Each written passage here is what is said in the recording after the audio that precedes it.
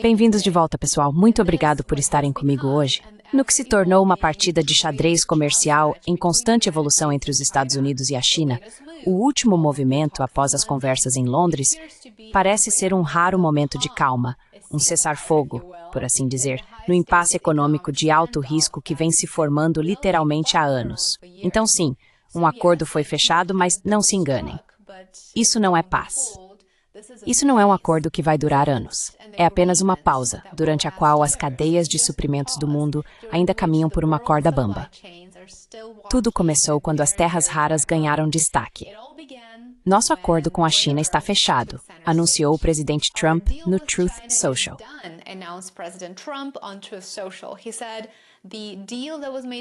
Ele disse que o acordo feito em Londres representa o fim do mais recente conflito comercial entre os Estados Unidos e a China, que foi obviamente resultado direto de suas próprias políticas, de suas próprias decisões. Após intensas negociações em Londres, que duraram 2 dias, a China concordou em retomar o envio de elementos de terras raras e imãs para fabricantes americanos. Horas depois, o The Wall Street Journal confirmou que Pequim emitiria licenças de exportação para empresas dos Estados Unidos. Isso é visto como um alívio imediato para as indústrias americanas que estavam literalmente à beira de uma interrupção, principalmente as principais montadoras. Qual é o desafio que você enxerga em algumas dessas negociações?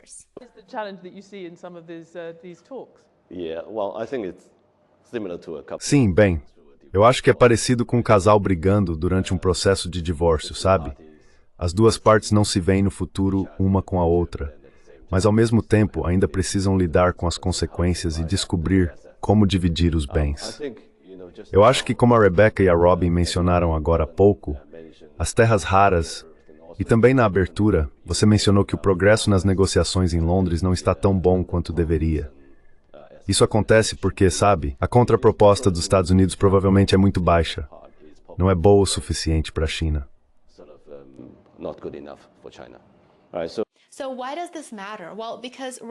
Então, por que isso importa? Bem, porque terras raras não são apenas metais com nomes exóticos. Elas realmente alimentam tudo, de veículos elétricos a caças, mísseis, turbinas eólicas, smartphones. Você escolhe. Portanto, esse acordo não surgiu do nada. Ele veio após meses de escaladas de retaliação.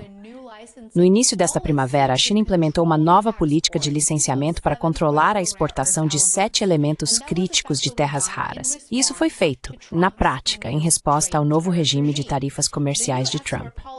Segundo autoridades chinesas, a nova política de exportação busca fortalecer a segurança nacional, mas de forma não oficial em Washington, ela foi vista como retaliação às medidas anteriores de Trump, que foram, claro, tarifas massivas sobre produtos chineses que chegaram brevemente a 145%.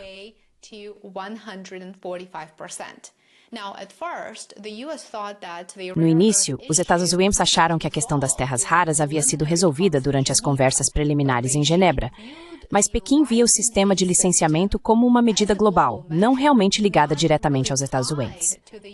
Essa diferença de interpretação, claro, acendeu um pavio, e foi um dos principais temas discutidos em Londres. À medida que fábricas nos Estados Unidos começaram a ficar sem suprimentos. Por exemplo, a Ford chegou a pausar a produção de SUVs por causa disso. Washington decidiu retaliar com novas restrições a semicondutores, equipamentos de aviação e até exportações de combustível para a China. Foi nesse momento que Trump e Xi Jinping tiveram a primeira ligação oficial conhecida desde o retorno de Trump ao cargo para o segundo mandato. Isso preparou o terreno para as conversas em Londres.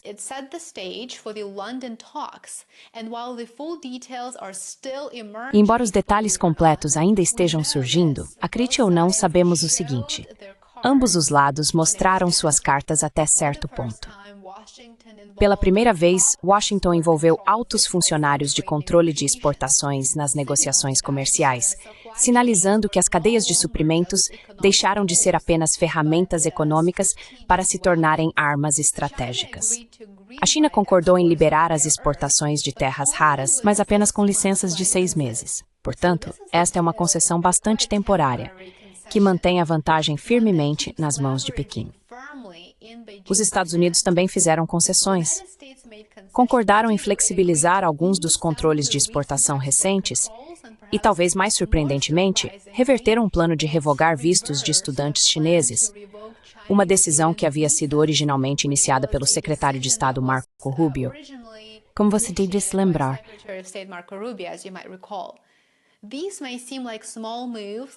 esses podem parecer movimentos pequenos, passos muito insignificantes, mas eles representam mudanças mais profundas, mudanças bastante importantes. Durante anos, a estratégia dos Estados Unidos tem sido bloquear o acesso da China a tecnologias avançadas, especialmente qualquer coisa ligada à inteligência artificial ou inovação militar. Por quê? Bem, porque a China é uma concorrente de peso, e muitos críticos da China promovem a narrativa de que ela é uma adversária, negando assim, a ambos os lados, a oportunidade de negociar e chegar a um acordo significativo.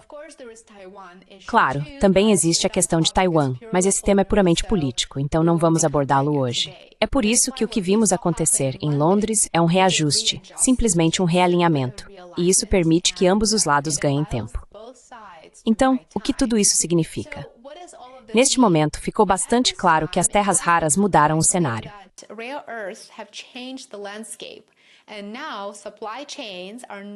E agora, as cadeias de suprimentos deixaram de ser sistemas silenciosos de fundo. Elas se tornaram ferramentas valiosas na guerra geopolítica, por assim dizer, no processo geopolítico.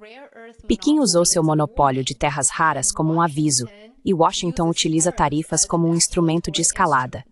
Washington respondeu com restrições tecnológicas e de combustível, mas não previu que a China adotaria uma postura tão firme e assertiva. Trump não estava acostumado com isso, mas certamente está se acostumando agora. É por isso que Washington, na prática, cedeu primeiro e ligou para Xi Jinping para marcar a reunião em Londres. A trégua de Londres dura até agosto deste ano, ou seja, apenas alguns meses. Até lá, as tarifas permanecem. As taxas dos Estados sobre produtos chineses estão fixadas em 55%.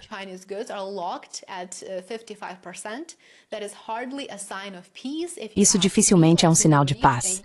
Se você quer saber minha opinião, me diga o que você acha nos comentários abaixo. E neste verão, o secretário do Tesouro dos Estados Unidos, Scott Bessent, e o vice-primeiro-ministro chinês, He Lifeng, continuarão as negociações, o que é muito promissor, certamente é o caminho certo a seguir, e provavelmente farão isso em capitais europeias. Mas está bastante claro que as tensões subjacentes realmente não desapareceram. Elas apenas foram colocadas em pausa.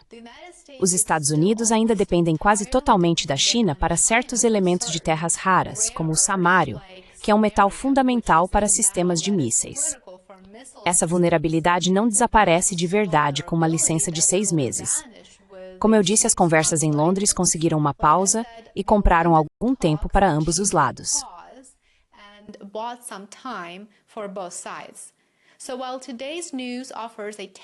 Então, embora as notícias de hoje ofereçam um alívio temporário para as fábricas dos Estados Unidos e uma queda momentânea nas tensões econômicas globais relacionadas ao impasse entre Estados Unidos e China, sejamos realistas e não criemos muitas expectativas. Isso não é realmente o fim da guerra das cadeias de suprimentos. É mais como um intervalo, apenas uma pausa, e uma pausa bem pequena, aliás. Quero saber o que você acha sobre os recentes desdobramentos entre Estados Unidos e China.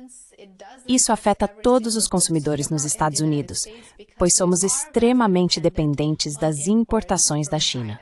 Muito obrigado por assistir. Lembre-se de mostrar seu apoio, isso faz realmente a diferença. Curta, inscreva-se e compartilhe.